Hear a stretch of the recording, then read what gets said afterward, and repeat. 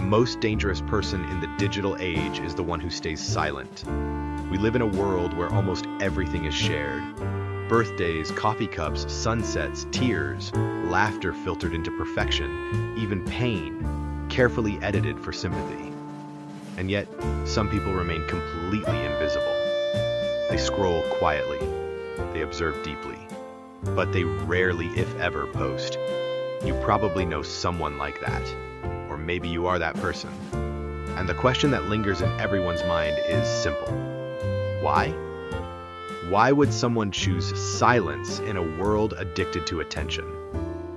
It's easy to assume they're shy, introverted, or socially anxious, but that's not the full story. For some people, silence isn't emptiness. It's control.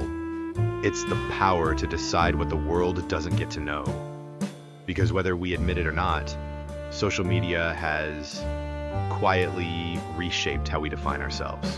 It rewards display, it praises noise, it monetizes visibility. And those who step out of that system aren't always lost. Sometimes they're liberated. Psychologists have found something interesting. People who post less frequently often score higher in self-restraint, introspection, and emotional independence. They're less driven by social comparison and less addicted to external validation. In simple terms, they're not trying to prove who they are. They're trying to understand it. And in a world drowning in performance, that's rare. Because most of what we post isn't just communication, it's identity crafting. Every caption quietly asks, "This is who I am. Do you approve?" But when you stop posting, something shifts. You stop thinking in captions. You stop experiencing life through a lens. You begin living moments without mentally uploading them. There's a concept in psychology called psychological ownership, the feeling that something belongs deeply to you.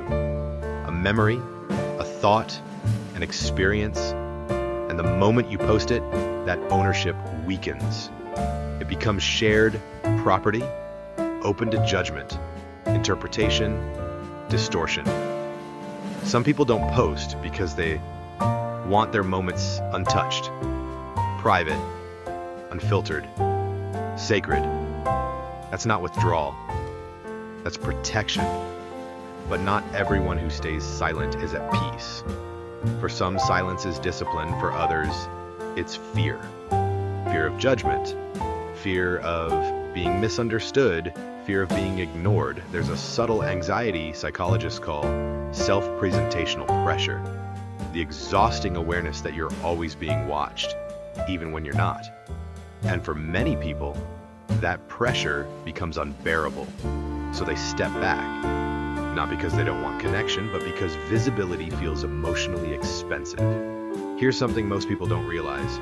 Every time you post and receive likes or comments, your brain releases dopamine, the same chemical involved in reward and addiction.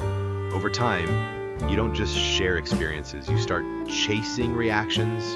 You begin thinking in terms of what will perform instead of what is real. Now imagine someone who consciously steps outside that loop. That's not disinterest, that's self-control. People who don't post often have what psychologists call a strong internal locus of control, meaning their sense of worth comes from within, not from applause. They don't need a digital echo of "you're enough." They already decided they are. In a culture constantly screaming, "Look at me," choosing invisibility becomes a form of rebellion. It says, "I exist beyond your perception." And maybe that's why the quietest people online often have the loudest minds. They're not empty, they're overflowing, they simply refuse to turn their lives into content. Be honest. When was the last time you did something meaningful and didn't feel the urge to post it? When was the last time you achieved something and kept it entirely to yourself? That reflex to share isn't natural, it's conditioned. And when someone breaks that conditioning, it feels radical. But here's the paradox. Social media was designed to connect us, yet it often leaves us more isolated.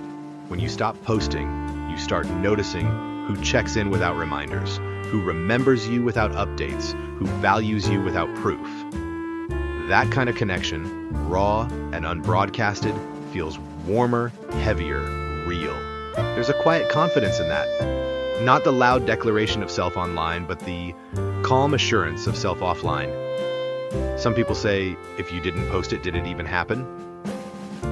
But the things that shape you most rarely make it to the feed. Your growth, your heartbreak, your private victories, your silent resilience. They live in memory, not media. Maybe that's enough. Those who stay silent often experience life more intensely. They notice details others miss, the pause before someone speaks, the shift in light across a room, the weight of unspoken words. Presence becomes their currency, and presence is rare. So the next time you see someone who never posts, don't assume they're hiding. Maybe they're healing.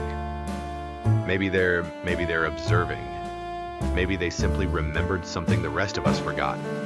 That being unseen doesn't mean being insignificant. That being quiet doesn't mean being empty.